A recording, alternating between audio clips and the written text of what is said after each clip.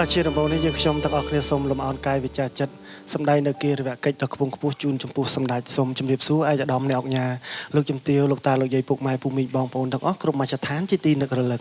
សូមស្វាគមន៍មកកាន់កម្មវិធីរាត្រីប៉ស្វាយសារជាថ្មីម្ដងទៀតគឺថាយើងតែងតែណាត់ជួបតាមការសន្យារៀបរាល់រាត្រីថ្ងៃសៅរ៍ព្រមទាំងមានវត្តមានភ្ញៀវកិត្តិយសរបស់យើងទាំងពីររូបចូលរួមបាទ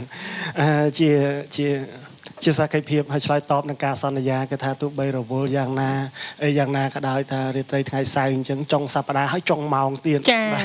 បានជួបយើងខ្ញុំទាំងពីរនាក់ក៏ដូចជាលោកគ្រូទាំងអស់គ្នាបានមកចូល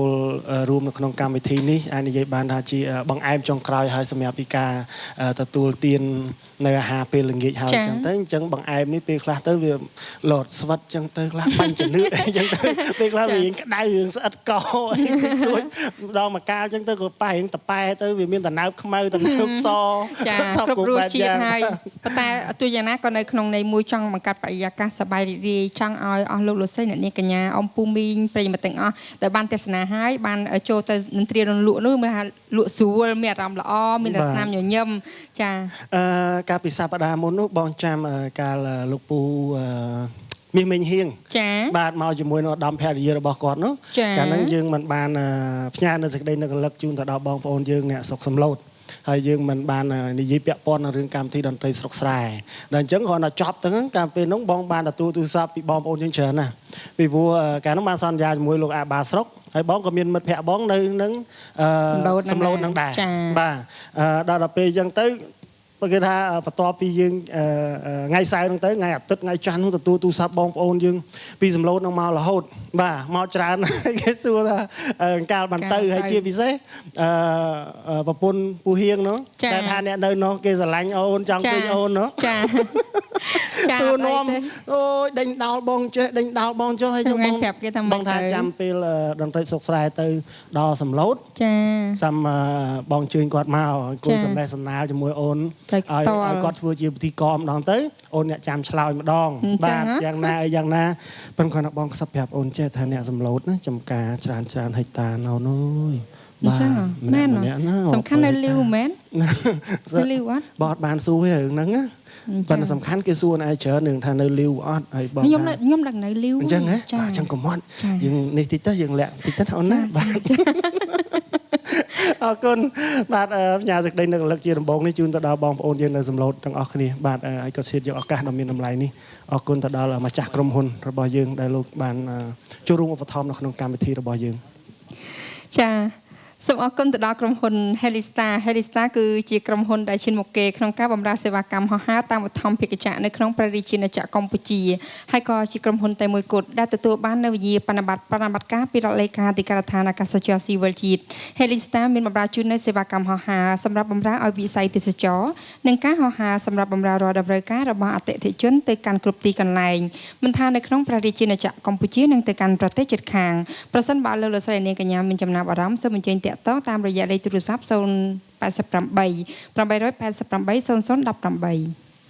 សូមអរគុណទៅដល់មជ្ឈមណ្ឌលថែរក្សាសម្ផស្សធីរាប្រសិនបើលោកស្រីនាងកញ្ញាទាំងអស់មានបញ្ហាផ្នែកសម្ផស្សជាពិសេសគឺថាមិនសំដៅតែលើស្ត្រីទេបរិះរបស់យើងក៏ដូចគ្នាដែរបញ្ហានៅលើផ្ទៃមុខនៅលើដងខ្លួនចង់សម្រក់រាងចង់ធ្វើច្រមុះធ្វើថ្គាម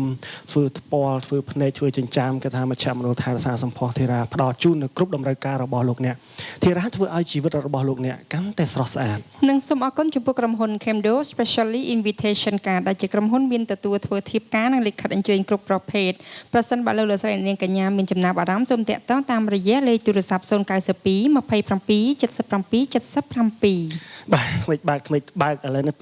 2014យើងអាចនិយាយបានថាចុងឆ្នាំទៀតហើយចា៎បាទនៅសល់តែប្រហែលខែទៀត2015នឹងរំកិលខ្លួនចូលមកហើយ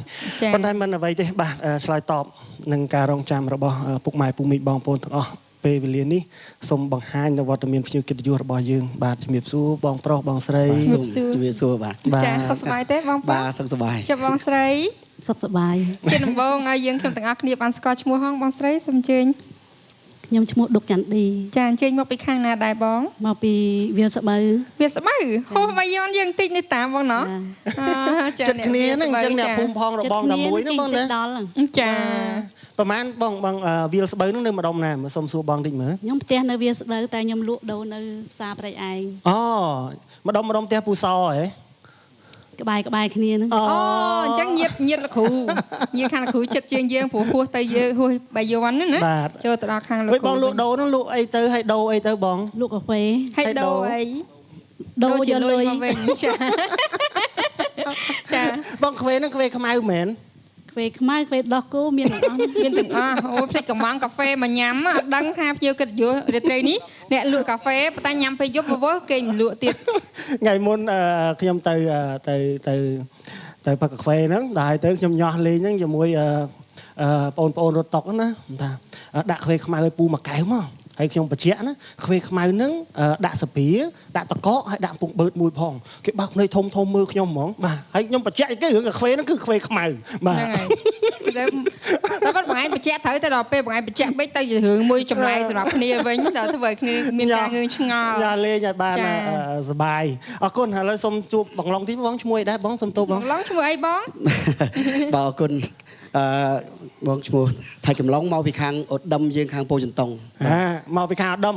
ក្លឹបអីគេបងអូដឹមអូដឹមមានក្លឹបដែរតើបងណាក្លឹបអូដឹមខេមរៈកីឡាអូអញ្ចឹងគាត់តាមបាទដូចធ្លាប់ស្គាល់បងនៅណាវិញនេះហេបងគាត់នេះតែគាត់ការងារគាត់ទូរទស្សន៍ផងណា TV ផងនិយាយវិទ្យុផងនិយាយរ៉ាឌីយ៉ូផងចានិយាយវិទ្យុឲ្យរ៉ាឌីយ៉ូទៀតទូរទស្សន៍ឲ្យ TV ទៀតបាទអញ្ចឹងមែនបងអញ្ចឹងមែនបាទឆ្លងកាត់មកច្រើនឥឡូវនេះក៏មានការងារអាជីពបន្តទៀតដែរឥឡូវនេះបងប្អូនយើងស្គាល់បានចូលប្រឡូកខាងវិស័យកាត់សក់ការដែរអូចឹងបាទងាប់ឲ្យបងឯងយកគ្រប់អាជីពអាហ្នឹងដោយសារចេះព្រោះឃើញតារាចម្រៀងខ្លះគេចេះធ្វើពិធីកពិធីអីចឹងទៅចាដល់យើងពិធីកធ្វើតែចម្រៀងវិញយើងចេះទៅវិញទៅខ្ញុំគិតសាក់លបងរៀនតាមបងដែរគិតហើយបងចេះតាំងពីដើមអើយមកឬក៏ទៅមហាត់រៀនកាប់ទៅកាត់សក់ការនេះថាចេះពីដើមឬវិស័យសិល្បៈនេះមានពីដើមមែនក៏ប៉ុន្តែអត់ដែលបានបញ្ចេញទេតែក្រោយពីចូលរួមនៅក្នុងកម្មវិធីរាត្រីពណ៌ស្វាយនេះគឺជាលើកទី2ហើយកាលពីលើកទី1នោះបាននិយាយរួមគឺមូលហេតុផ្ដើមដែលចាប់យកអាជីពជាអ្នកកាត់សក់នេះគឺដោយសារតែកម្មវិធីរាត្រីពណ៌ស្វាយនោះយកដកការប្រាក់សិនយកការសិនអញ្ចឹងដោយមានការណែនាំពីលោកគ្រូបាផងលោកថៃមានឲ្យទុកធ្វើអីចាអញ្ចឹងក៏ប្រឹងចេះតែដកខាត់ចេះទៅម្ដងតិចម្ដងតិចចាឥឡូវបានទទួល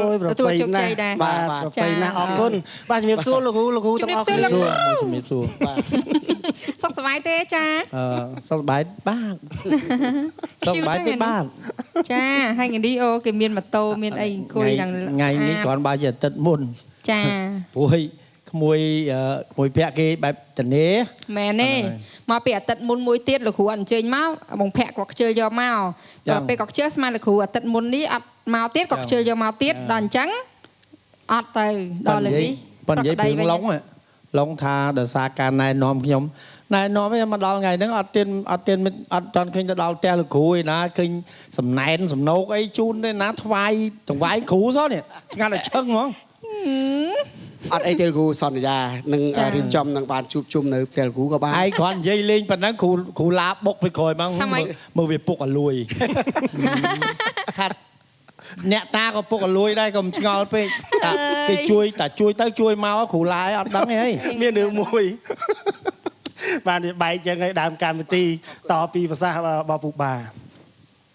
អ្នកចាក់ក៏ទុយលេខណាគឺនាំនេះអូដើមពោនោះមានអ្នកតាមួយប្រកែចាទៅបន់មានទាខ្វៃមានមន់ស្ងោមានអីបន្ទុំបាក់កអីនោះណាចេកអីហ្នឹងទៀនធូបអីចឹងទៅសុំលោកតាឲ្យទុយលេខឲ្យឆត់មកដល់ហើយស័ក្តិសុទ្ធមែនលោកតាស័ក្តិសុទ្ធមែនលោកតាឲ្យលុយសូសំលេងហ្មងបាទយើងឲ្យមិនបានទេហេតុអីដល់ឡើងខ្ទោមកអូនោះដើមពូឡើងខ្ទោរទៅអ្នកស្រុកនោះអញ្ចឹងអូយស័ក្តិសិទ្ធិពុទ្ធបលហ្មងដល់ហើយនាំនេះសួរមិនបានអញ្ចឹងពីព្រោះមេកតុយលេខម្សិលមិញយកជ្រូកខ្វៃមកធំណាកុំឲ្យចេញលេខត្រូវស្អីទេចេះនិយាយរឿងខ្វៃទៀតនិយាយកូនទៅសែនអត់មានអីដែរទេទៅសុំកតុយលេខចា អញ្ចឹងមិនកើតមេទៅលេខ មានតែធូបមានជែកហើយអស់ខ្លាំងតែមន់ឥឡូវសូមសួរបងនេះមើលបងកាហ្វេហ្នឹងបើគិតជាកែវវិញបងអាចចេញជាមធ្យមភាគបានទេតែក្នុងមួយថ្ងៃហ្នឹងលក់អស់ប្រហែលកែវ ក្នុងមួយថ្ងៃអត់ដែរជារាប់កាយផងតែបើរាប់ជាទឹកលុយក្នុងមួយព្រឹកលក់តែមួយព្រឹកទេណា បាទ បានថ្ងៃដូចថ្ងៃសៅរ៍ថ្ងៃអាទិត្យបានជាង 100000 ចា បើថ្ងៃធម្មតា 4-50000 បងកាហ្វេហ្នឹងលក់តែកាហ្វេមកឬក៏មានផ្សារផ្សំអីអាហារសម្រន់អី អត់មានអីទេមានតែគ្រឿងភេសជ្ជៈគ្រឿងកំប៉ុងគ្រឿងអីចឹងទៅ ហើយអា 4-5ម៉ឺនហ្នឹងដកថ្លៃ free បង្សរាល់ព្រឹកអាហ្នឹងហ៎ អត់លោកគ្រូទៅព្រីអីគាត់អត់ព្រមគាត់ដាក់តែលុយឲ្យរហូត ដល់មែន កុំឲ្យថាសោកចិត្តលោកគ្រូចង់មករាត្រីប៉ស្វាយព្រោះថារាត្រីប៉ស្វាយអត់ស៊ីសណូគេតាតាមលេខរៀងបងប្អូនណាដាក់ពាក្យមកមុននឹងជើញចូលរួមមុនតាមលេខរៀងតាមសំណុំពរម្នាក់ម្ដងហ្នឹងឡងណោះ បាទ ចា តែបងជិះដូចបងដល់ពេលអញ្ចឹងដូចចង់ឲ្យបងឡុងជ្រៀងកាត់សក់បន្តិចមើលណាហ្មង ឥឡូវយើងកិច្ចស្វាគមន៍មកស្វាគមន៍កម្មវិធីណាច់ថាបងប្អូនរាប់ស្គាល់បងហើយគឺថាក៏មិនចង់បដាល់ចាស្គាល់គាត់គ្រប់គ្នាដល់អញ្ចឹងធ្លាប់លឺសំឡេងជាវោ50ផ្សេងហើយទីទៀតនឹងបានស្ដាប់ចម្រៀងបែបប្រជាប្រិយបែបសម័យពីដើមក៏ប៉ុន្តែដល់ពេលបងថាចេះកាត់សក់យើងក៏ចង់ស្ដាប់បែបបទថ្មីបោះបង បាទកាត់សក់នេះជាធម្មតាមិនមានបទអីច្រើនទេយើងក៏មិនមែនជាអ្នកបុរាណអីដែរគ្រាន់ថាជាកាត់សក់ដំបូងហ្នឹងគឺថាយើងមានបទនមស្ការលក្ខណៈអាចារ្យអីចឹងណា ចាហោះចេញបងចេញចា បាទដូចថា ទេវតាចេញមុនមិនចឹងឯងកាត់សក់ហើយបន្ទាប់ធីតាចេញតាមក្រោយ ក្រោយយើងមកស្វាគមន៍ជំរាបសួរអញ្ចឹងទៅណាទូរទស្សន៍យើងអីតាមប្រកបប្រកាសរបស់តាអាចារ្យអញ្ចឹងយើងចេញមកអត់មានអីទេគ្រាន់តែប្រកាសដៃគូអញ្ចឹងណាឥឡូវរូបខ្ញុំសូមបង្គំគួរសូមជំរាបសួរបងប្អូនប្រុសស្រីឥឡូវរូបខ្ញុំសូមបង្គំគួរសូមជំរាបសួរបងប្អូនប្រុសស្រីព្រោះអីថ្ងៃនេះជាថ្ងៃសេរី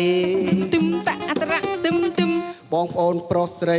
មកជួបជុំលោកតាក៏មកឥឡូវចូលបងកាត់វិញឥឡូវយើងចូលដល់បដាលវិញគោគៀវក៏មកវាយនេះអត់យ៉ាងតសិនឲ្យខាងស្រីគេចូលសិនបាទអរគុណច្រើនបាទអរគុណ អត់ទេអត់តាមចាប់ផង អត់ចាប់ទេបាទខ្ញុំអញ្ចឹងទៅណាតាលោកតាក៏មកកំដរលោកយាយកំឡោះក៏មកកំដរក៏មុំលោកមេបាតូចកំដរមេបាធំឯអ្នកកំដរខ្ញុំមិនទាន់មកទេហើយបានទេតាក៏ចេញមែនហ្នឹងគេជាតើមានការអីបងទេវតាអាយកអាយ៉ាបងមានការអីតើមានការអីបងទេវតាអាយកអាយ៉ាបងមានការអីអូនឮតែសំឡេងប្រថ្លៃតើមានការអីបងទេវតាអូនមកដល់ហើយបងខ្ញុំអាចធ្វើជាដៃគូកាត់សក់បងបានទេនៅ version ក្រោយត្រូវបានដល់ពេលអញ្ចឹងហើយណែទេពធីតាអូនអត់ដឹងអីទេអូនថ្ងៃនេះមានការអីមកចាប់បងអូនអត់ដឹងខ្យល់អីទេអូនខ្ញុំមិនដឹងដែរខាងខ្យល់ទេពធីតាអូនទៅទិញកាហ្វេនៅវាលស្បូវឲ្យបងមកកៅសិនមកអូនអរគុណបាទឥឡូវប៉ុណ្្នឹងសិនចុះបើកម្មវិធីបាទអរឃើញហើយមិនស្ដាយដែរហួសផុតដែររឿងការអីកុំអីមានចឹងស្រួលគ្នាឯងដឹងតែអត់គិតលុយទេអត់គិតលុយលើពីអ្នកដទៃឲ្យតែមកសវឹងបានណានេះអូយឥឡូវពូកម្មវិធីដំបូងនេះពូសូមបတ်ចម្រៀងមួយបတ်ជូនឲ្យឡុងហ្មងណាបាទអរគុណណាស់បាទព្រោះទៅកាត់សក់ហើយឥឡូវឲ្យលេងបတ်លោកសិនទីសមុទ្រមួយមកបတ်អីទៅប្រែកឯងអស់សង្ឃឹមយ៉ាគ្រាន់អ្នកប្រែកឯងមកជ្រៀងឌឺដងភ្លាមចឹងគេថាគេសិល្បៈគេដល់ពេញខ្លួនចឹងមកគេបាច់ព្រៀងទុកមិនក៏បានដែរចាបាទសូមអញ្ជើញមកឡុងបាទ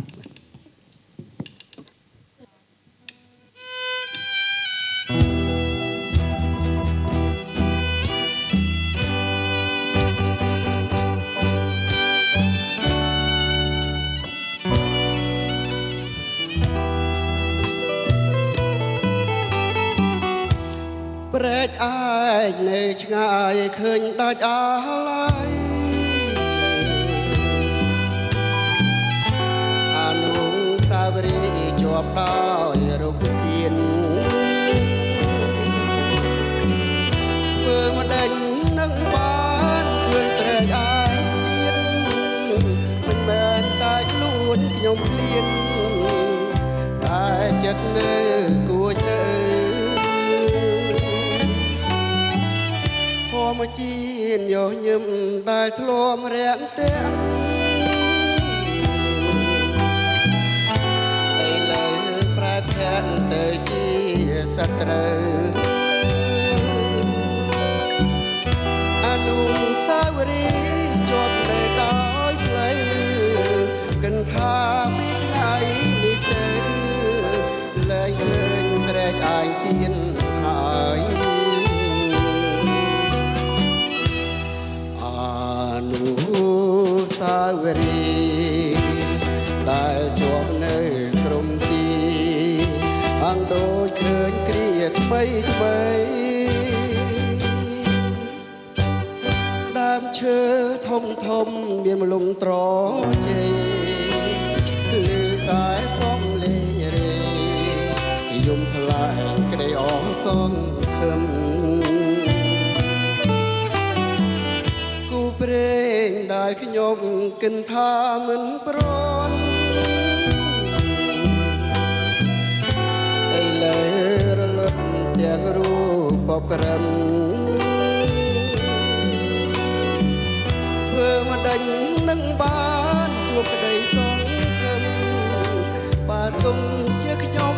ញញឹមក៏មិនស្រដូចគ្រាដើម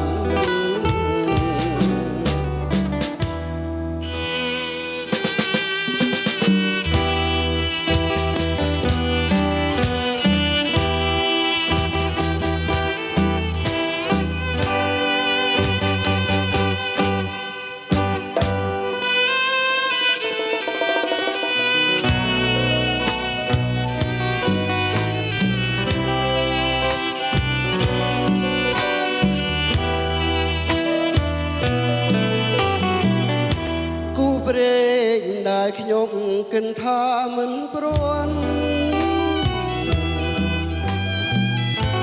ឥឡូវរលត់ទាំងរូបប្រឹមធ្វើម្ដេចនឹងបានជួបក្តីសោកខឹងបើទុំជាខ្ញុំញញឹមក៏មិនស្រដូចគ្រាដើម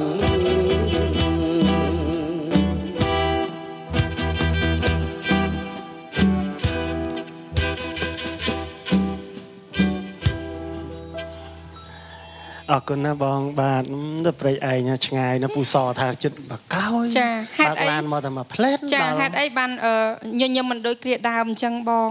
យើងជាអ្នកសិល្បៈយើងត្រូវតែធ្វើឲ្យបានកុំអីណាគ្រាន់តែខូចចិត្តប្រពន្ធនឹងញឹមលេងចេញប៉ុន្តែបងស្ដាប់បងបកស្រាយថាមានមនុស្សចេតនាជ្រាលជ្រៅប៉ុន្តែដូចជាយើងមានអារម្មណ៍មួយបងដូចយើងស្អិតបន្តិចហ្នឹងបងណាបាត់ទី1ចឹងហើយបាទចូលបាត់ទី2មើលបាទជឿជាក់ថាខ្ញុំបាទកុំខុសពីបងប្អូនដូចយើងទៅជំនហើយយើងស្អាតជុំជុំវងកលណាបាទដាក់តែរួចឆ្មាទៅបាទតែរួចឆ្មាទៅគឺយកមកដែរទៅផាច់បាទហើយអរគុណដល់បងប្អូនស្រីដែរយើងអ្នកសិល្បៈក៏ពិតគាត់ជាអ្នកតំណាងទេតែរឿងពិតរបស់កវីឬក៏របស់អ្នកណាដែលរឿងនឹងម្នាក់គឺរឿងនឹងកំសត់ណាធម្មតាទេស្នេហាកាលណាតែឃ្លៀតគ្នាដូចនៅរាប់រយគីឡូអញ្ចឹងចាអញ្ចឹងហើយយើងអ្នកសិល្បៈទៅតាមហ្នឹងទៅយើងខ្លាចភ្លើងបន្តិចប៉ុន្តែបាទឥឡូវដល់បងខ្ញុំអ្នកព្រែកឯងមែនតើនេះគេថាព្រែកឯងឆ្ងាយណាស់ឥឡូវបងតបអត់ឆ្ងាយទេខ្ញុំជិះមកផ្លែតហ្នឹងអញ្ចឹងបងចឹងគ្រូតេទៅខ្ញុំនៅផ្ទះឡើយចាកាប់ពិតដូចបងឡុងនិយាយដែរមិញអញ្ចឹងថាបើអត់មានរឿងអីចិត្តទេព្រៃឯងហ្នឹងព្រោះឥឡូវផ្លូវស្រួលទៀតតែបើសិនជាស្នេហាបែកបាក់គ្នាអាចិត្តហ្នឹងអូតាបែកហើយងាប់ហើយមិនទៅដូចនៅរាប់100គីឡូទេដូចបងឡុងថាអញ្ចឹងពូមើលគេថាម៉េចអីស្នេហាអីគេស្នេហាជាអីស្នេហាមានជាអីស្នេហាជាឱសថណែណាដឹងអីមិនដឹងតែមានស្នេហាចោលគ្រូរឿងកណាប់គ្រូមិនសូវប្រកែទេកំណាប់ចុះស្នេហាជាឱសថខ្ញុំយល់ថាអញ្ចឹងហ្នឹងហើយបងសគាត់ថាគាត់ប្រកែ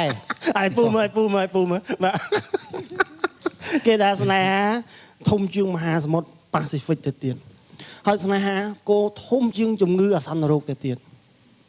ចាអានោះវាចុកផងវារៀបផងវាក្អួតផងវាចោអោផងអត់បានទេ តែគេអត់ប្រើពូធ្លាប់តែលើគេថាស្នេហាធំជាងជំងឺចុកក្អួត អាចុកក្អួតនឹងវាតូចជាអសន្នរោគ ចឹងអាចក៏លឺចាស់ជំនាន់ពូគេថា អសតពេលដែលយើងអត់បានស្ដាប់សំឡេងម្ចាស់ចិត្តម្ចាស់បេះដូងយើងចឹងយើងដាក់លក់ដល់ពេលគេនិយាយសំពេយើងឬក៏គេនិយាយសម្ដីផ្អែមល្ហែមមកដាក់យើងទៅជាក់ចិត្តជាក់ខួរក្បាលដេកលក់ស្រួលហ្នឹងមិនជាអសតចុះព្រមគិតចឹងវិញអីណាឡើងជំនឿអសន្នរោគឥឡូវសុំខ្វេមួយកែវមកបងឥឡូវសុំចាស់នេះសុំបងជើញបកផ្សាយចម្រៀងចា ព្រលឹមឡើងទៅកន្លែងខ្ញុំមក2កែវក៏បានដែរ ចាបងឥឡូវសុំមកបត់សិនមក ទឹកភ្នែកសិស្សនារី អូ តាទីម៉ានបង ហ្នឹងហើយនៅរៀនមានស្នេហា សិស្សនារីនេះដូចមានព្រលឹងមែនទៅសិស្សនារីនេះ បងតាទីម៉ាន សិ ប ស្ស ង នារីពីមុនតែឥឡូវលេងសិស្សហើយ ថ្នាក់ទីម៉ានបងកាទឹកភ្នែកហ្នឹង ការទឹកភ្នែកថ្នាក់ទី9ទី10 ចេះឆ្លើយគេថាគេឈរផងថ្ងៃគេឥឡូវចាញ់បាត់ដឹងបដ ாய் មានស្នេហាយូរនេះតាំងតែរៀននេះ ហើយបងមានបានជាប់បាក់ដប់អត់ អត់ជាប់ មកមានស្នេហាហ្នឹងអាទី9ទី10ហ្នឹងទៅត្រៀមប្រឡងឃើញទេអើយញ៉ោះបងលេងឯងដើម្បីឲ្យបងហើយមានអារម្មណ៍មានស្រស់ស្រាយទីបងណាបានជើញបង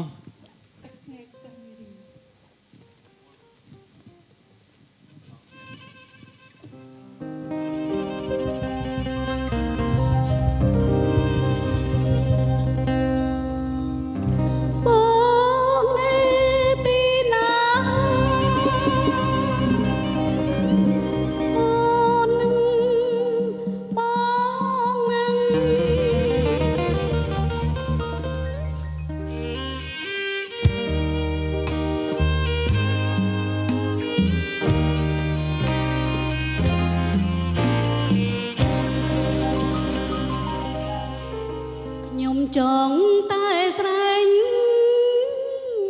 ឲ្យបែកផែនដីព្រោះនឹងប្រថៃហារដីស្នេហាបានជួបបងម្ដងហើយបានធៀងត្រាមិនដឹងថ្ងៃណាបានជួបបងវិញឆ្ងល់ណាស់ក្នុងចិត្តមិនដឹងហេតុអ្វីបានជាស្រមៃនឹងបងគ្មានទឹក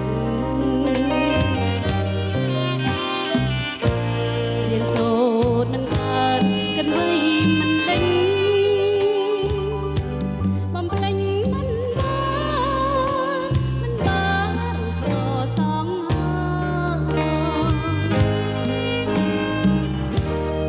ខំតាំងខំគិតបំភ្លេញរូបបងតែស្រមកលោកក្នុងពេលរាត្រីខ្ញុំ